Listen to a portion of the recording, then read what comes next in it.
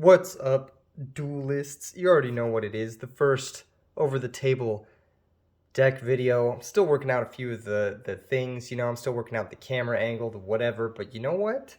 I've got the sickest deck to ever grace Yu-Gi-Oh! As a game. This is Dragon Link. This is a fan favorite deck. And for good reason. This deck is super cool. If you guys like these deck videos, if you guys like these combo things, whatever, make sure you're subscribed. Make sure you're, leaving a like, leaving a comment for the boy. Leaving a like and a comment for the boy. This deck recently got a little bit of a bump. It got the Borrelend Dragon, and I think that card is fucking insane. Like, low key, it's actually super, super good. It's really good against Sword Soul. It's really good in the mirror. It's actually pretty good against Drytron, those kind of things. It's an OTK card, but it's also an interrupt, but it's also follow-up. It does kind of everything all at once. I'm going to show a few combos how to make that card, and I'm going to show you guys my deck list. I'm not playing the adventure stuff, but, we'll explain all that when we get to it. First things first, I am playing 3 Starliege Say one. I only got 1 Secret Rare, but I got to get more Secret Rares. How's the camera look? Is it glare? Is there a glare? I know there was a wicked glare on my last video, on my last deck video. Maybe there's not. So I got to have 3 of this guy. This guy's really important. This guy plus 1 other card gets you a pretty big combo. I'll go over that later on. But he's a great starter. Basically, use him to find the baby dragons or use him to find Rocket Tracer. Sometimes you use him, you pitch Absorouter, and you go and find Noctovision, or you go and find Destrudo and follow up that way too. Very powerful card, very powerful card. Okay, for the Rockets, got to have the 2 Rocket Synchrons. This guy is like your Blizzy. If you're an Edison person, you know about the Blizzy. Very strong card. He's also a target in your deck for Halka Fibrax. We'll get into that in a second as well. Got to have the 1 Recharger. He's like your vanilla guy, but you bring him out. He has some other effects and other applications, but he's mostly just a target to bring out with Tracer from your deck. And then you got to play 3 Rocket Tracer. It's really important you're playing 3 Rocket Tracer. I know in the past people have cut him down to 2, but I actually think now with the Borrelend Dragon, this guy becomes very, very important. He helps you set up most of your Borrelend combos. He helps you, have the follow-up from bringing back a rocket monster. This is the best follow-up because he can continue to summon stuff from the deck and whatnot. So he's really good. He's really good. You got to have 3. I think playing less is a mistake for sure right now. And then, of course, you got to have 2 Absorouter Dragons. I played 1 for a little while. I think now, because finding Tracer is so important. Oh, you know what I just realized? I just realized my fun little Christmas lights are not on. Hold up, everybody. Hold up. Oh, Christmas lights. Hell yeah, let's go. Okay, yeah, we got the Christmas lights on. Okay, cool. Yeah, I realized Absorouter with the 3 Safer. I was playing a list before with just 1 Safer and 1 Absorouter, and that works for that kind of thing, for that kind of build. But I think when you got the 3 Safer, having 2 Absorouter is really good. He's one of the best cards you can pitch with this guy. He's also, just a strong extender. If you're playing the 3 Tracer, you can go summon Tracer, special him from your hand. He helps you search the Tracer. If you have 2 of them in your deck, you can seal into the second one. Make sure and search your follow-up, that kind of stuff. I think it's very important to have 2, especially in these newer builds after the Borrelend comes out. I played 2 Noctovision Dragon.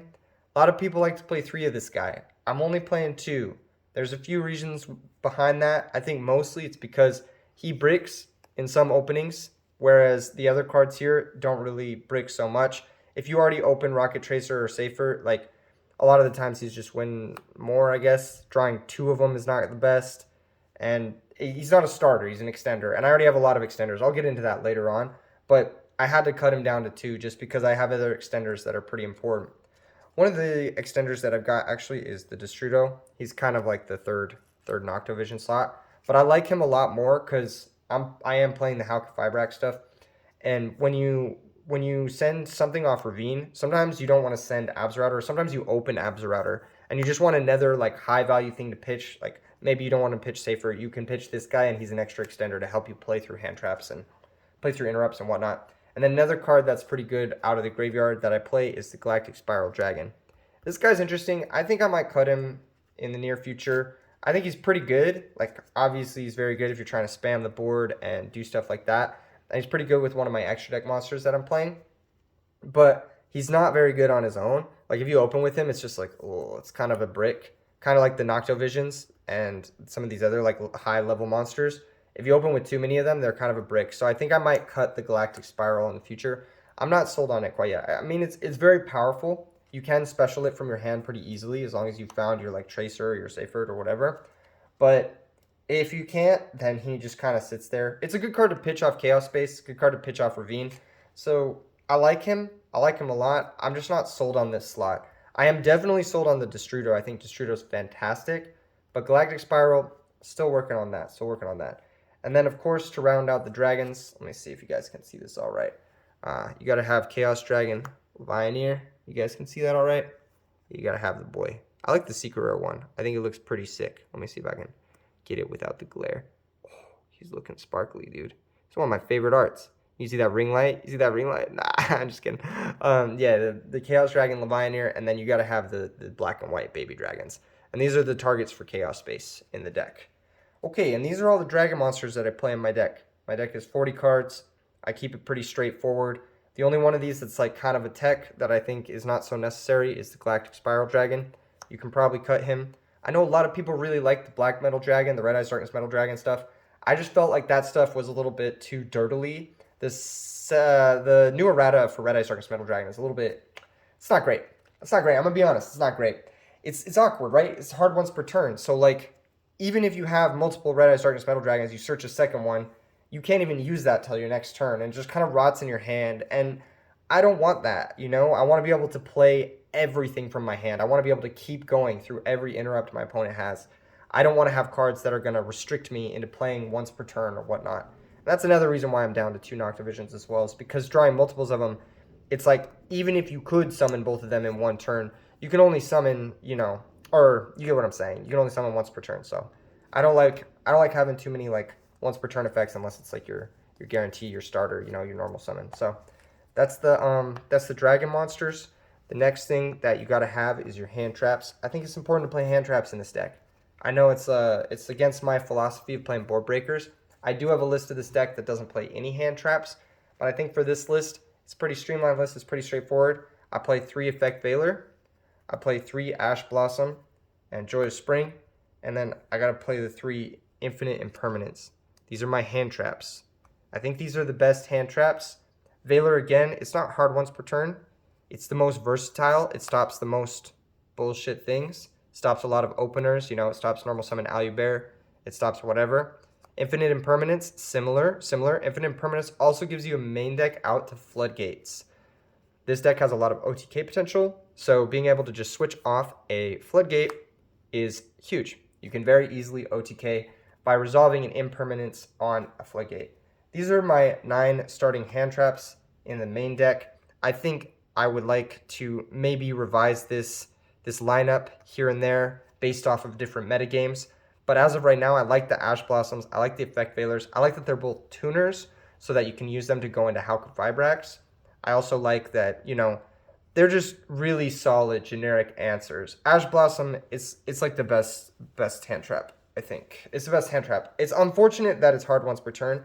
I think that's the biggest weakness. And it's also unfortunate that's fucking fire, which is like, what the fuck, man? Fire attribute, like you couldn't have made this dark. Like, come on, give me a dark. This could maybe become like DD Crow or something else in this slot. I like DD Crow a lot right now. I actually think DD Crow is very good right now.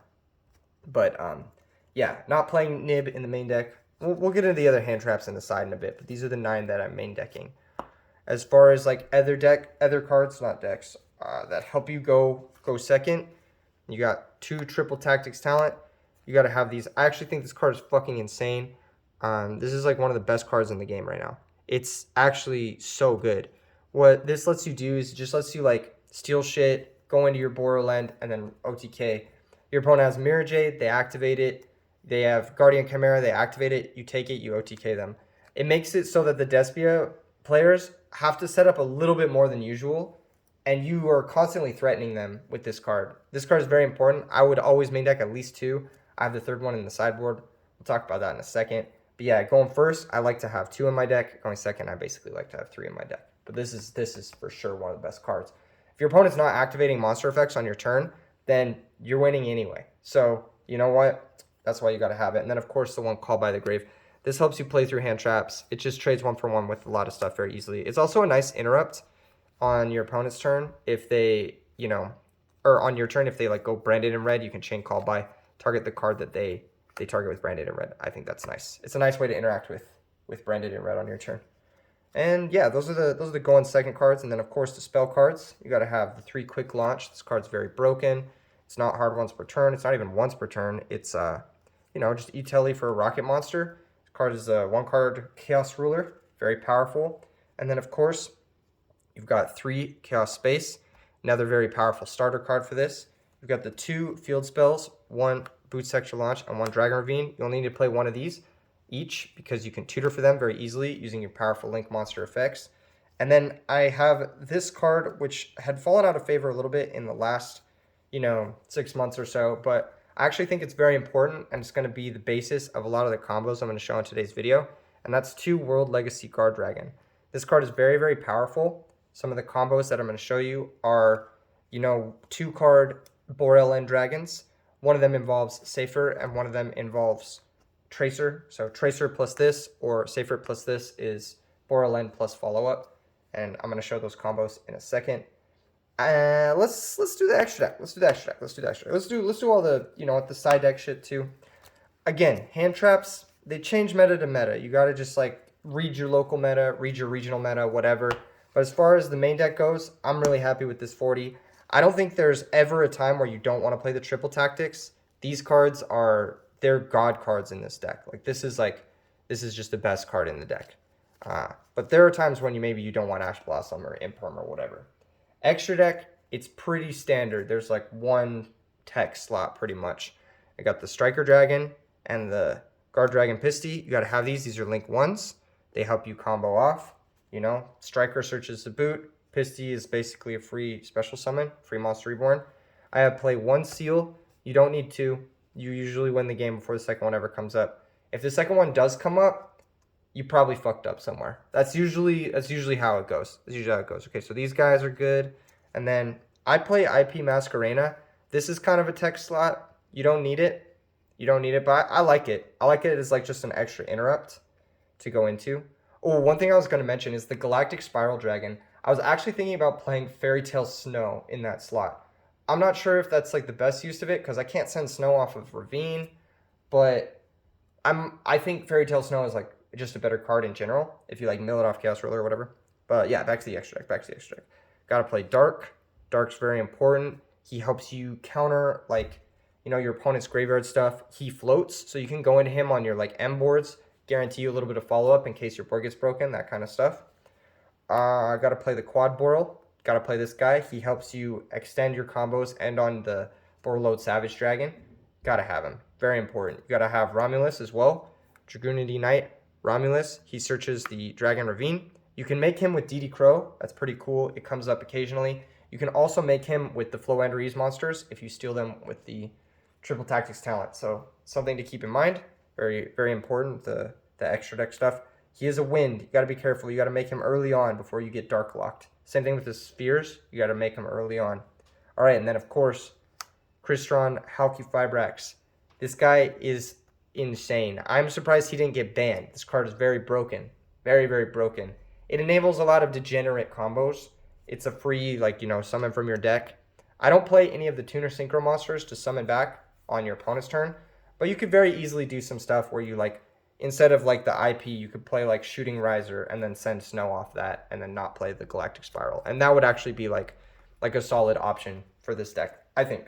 I just haven't tested it that much, and this is, like, my paper list. And paper lists, they move a little bit slower than the online list, right? Like, I can't tech all the crazy stuff and whatnot. I only got 1 Link 3, and that's the Nightmare Unicorn. I don't think you need the other guy. He comes up here and there. Triple Burst Dragon, I believe, or something like that. Comes up here and there. He's a cool card. He has a powerful effect. He can negate stuff in the damage step. He deals piercing. But I think you only need the Nightmare Unicorn. Like, if you want, you could include the Triple Burst over, like, IP, or you could include it over some of these other cards I'm going to get into, but I think the only one you need is Nightmare Unicorn. And Nightmare Unicorn is very good. It combos with the IP, turns into an interrupt on your opponent's turn.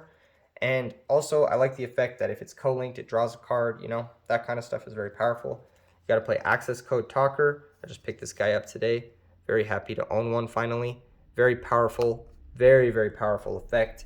He's the Bionic of this format. Basically, if your opponent ever drops below a certain point, you just go Unicorn Access Code GG. Game ends. There's a lot of setups where you have Chaos Ruler plus Unicorn Access Code for 8,300 damage. Very easy to kill opponents from out of nowhere with this deck. So yeah, huge OTK enabler. And then of course, the last but definitely not least, you got to play the Borrelend Dragon. This guy's insane. He reminds me of like those threads on 4chan where like people would like they would like draw a gun and then they would add like all sorts of other weapons onto the gun, like superfluous weapons. Like a third grader designed a card and they drew an artwork and they're like, yeah, it's a dragon, but he's just got hella guns and swords and shit. That's what Borrelend Dragon is. And his effect basically is the same thing a third grader was designed to. He can't be destroyed by battle, can't be destroyed by card effects. That's insane. Neither player can target it with monster effects. That comes up actually. You can't target him with Rocket Tracer, so important to keep in mind. Yeah. What else he got? Oh, he permanently negates shit, and then he special summons back rocket monsters. And then, of course, he's an OTK enabler. He can attack all your opponent's monsters. He's an Asura Priest. So you can attack all your opponent's monsters once each. 3,500 attack. Link 5, you'd think it's hard to summon. It is not. It is not. You can summon this guy every game with ease. With ease. And that's it for the Link monsters. It is Dragon Link, so you're playing, you know, a lot of Link monsters. What is that? 11 Link monsters. A lot of blue cards. The blue cards are good. Blue cards are really good. I think they're very slept on. The utility of them, very high. Very high. Like this a lot. Okay, for the Synchro monsters, there's only 3. They've been in the deck since the dawn of time. The Chaos Ruler, the Borrelend Savage Dragon, and the Hot Red Dragon Archfiend Abyss. Okay, let's talk about these a little bit because I have some opinions on these that maybe not a lot of other people have. This guy, Borrelend Savage Dragon, is the clear best. This guy's fucking insane. You make him every game. There isn't a single game I haven't made this card. Very, very important to have. Chaos Ruler, the Chaotic Magical Dragon, or as like people like to call it, the Papega Ruler. He's okay. I think he'd be better if I was playing Snow because I'd have like an interrupt I can mill. He's very solid. I make him almost every single game. Now here's where things get kind of spicy. The Hot Red Archfiend Dragon Abyss. I think this card is ass. I never summon this card. I don't know. It just never comes up. I haven't summoned it in like all of the matches I played with this deck. I don't know why. Maybe I'm just not going for those setups, but he just doesn't come up that much. Like him and I make IP a lot, but I don't make this guy a lot. I feel like a lot of the times where I make this guy, I'd rather just make IP. I don't know why, but it seems like it's better to have removal interrupts than it is to have negate interrupts right now because there's like branded loss, there's like just soft negating an effect isn't that hot, you know, it's not that good. Whereas before, like, also he doesn't even get over shit. Like he doesn't get over Guardian Chimera, it's 3,300. He doesn't get over Borrelend, it's 3,500. It's just like a weak. It's like a weak soft negate. I don't know. I think you could maybe fit something else in this slot. But for now, I got him. You know, standard stuff. And then one XYZ monster. Got to have the Zombie Vampire. This is one of the nicest looking cards ever printed. It is gorgeous. Beautiful artwork. Really sick effect. He can't be targeted by monsters that weren't summoned from the graveyard. He can't be targeted. I think that's it, right? Yeah, just something like that. Yeah. And then you can use your opponent's monsters for any level to make him. So this is why a triple tactics talent I think is really necessary.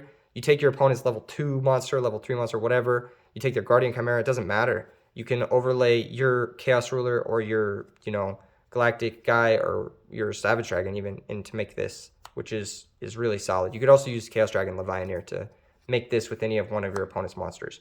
This is also really important because you play Dark. So you can use Dark to summon out one of your opponent's monsters and then use it as a level 8 to make the Zombie Vampire. Then, of course, the mill effect. It can be a double-edged sword, but almost always it's good to just go for it. You milling 4 cards is much better than your opponent milling 4 cards. And because I'm playing the Zombie Vampire, I really do want to fit the Snow in. I think I might fit it in over the Galaxy Spiral Dragon. I'm not sure yet. But that's the extra deck that I have right now. All of these cards, they do come up, except, like I said, I don't really make the Hot Red guy that much anymore. I don't know why. I feel like I just don't summon him as much anymore. I don't think he's the best option right now in the metagame. Okay, for the side deck is very metagame dependent. Again, just gotta have the right stuff for the metagame. I think the most important thing that's not going to change more or less is you gotta have like 5 spell and trap removal. I feel like that's the best number. I've got Red Reboot. I've got Harpy's Feather Duster.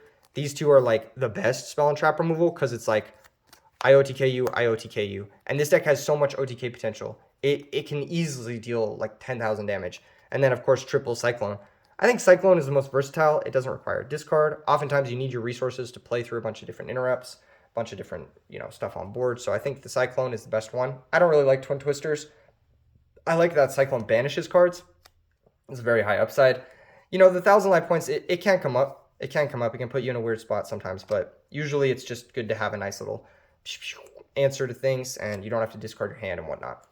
These are I think the best 5 spell and trap removal. There's another one that I was thinking about testing, which was Galaxy Cyclone, and that one you can mill it off a Pega Ruler, and it's like a fucking twister. If it's in your graveyard, it pops face up spells and traps, which is pretty good. It's pretty good because you can mill it. Okay, now the rest of the side deck is kind of dedicated to a few different things. Of course, I've got to have the 3 Ghost Bell. The reason I got the 3 Ghost Bell is for Despia. Other decks that are trying to special summon from the graveyard, do shit from the graveyard. I'm going to get this out. Get this out of frame. You get the idea. Okay, yeah. Ghost Bell. Got to have them. I've got 1 Lancia, 1 Nibiru, and 1 Crow. And you're probably thinking, why the fuck you got 1 of all those? It's because I also got 3 of the Crossout Designator. These can come in once you know your opponent's configuration. The thing is that Crossout Designator, game 1, would be good if you knew your opponent's configuration. This card gets a lot better games 2 and games 3 because you just pick the hand trap that your opponent has in their deck and you bring it in for that. And this just becomes called by 2 through 4. It's also really good in the mirror. It becomes basically a solemn judgment. It's also really good if your opponent's boarding in shit like Cosmic Cyclones. You can board in one of these with the Designator and then counter their Cosmic Cyclone if they try to Cyclone your, what's that card called? Your field spell, the Boot Sector Launch, whatnot. You can chain this on just about anything. It's important to note that in this deck, you have a very wide range of hand traps between Bell, Ash, DD Crow, Nibiru, Lancia, Imperm, and Valor. You cover 7 of the most commonly played hand traps. The only one you don't really cover is Ghost Ogre, but I don't really like that card, so I'm not really including it right now. And then the last card on the sideboard is, of course, the last triple Tactics Talent. You got to play the full set of them in the 55. I think this card is very good going second to have 3 copies in your deck. It lets you just force through shit. This is one of the best decks to draw 2 cards in because all your cards are like extenders and whatnot. Anyway, I'm going to show you guys a combo real quick. I'm just one taking this video. I'm not going to edit it too much. I'm just one taking it for the fans. Let's go ahead and show you guys the combo. The big combo that I want to show you guys is with Rocket Tracer and with World Legacy Guardragon. So here's a cool combo. This is my cool combo. I could show you guys the standard shit, but you can find those in a million different videos. This is the new combo with Borrelend Dragon. So you summon Rocket Tracer, right? There's step number 1. This guy's in your hand. Okay. You link him off.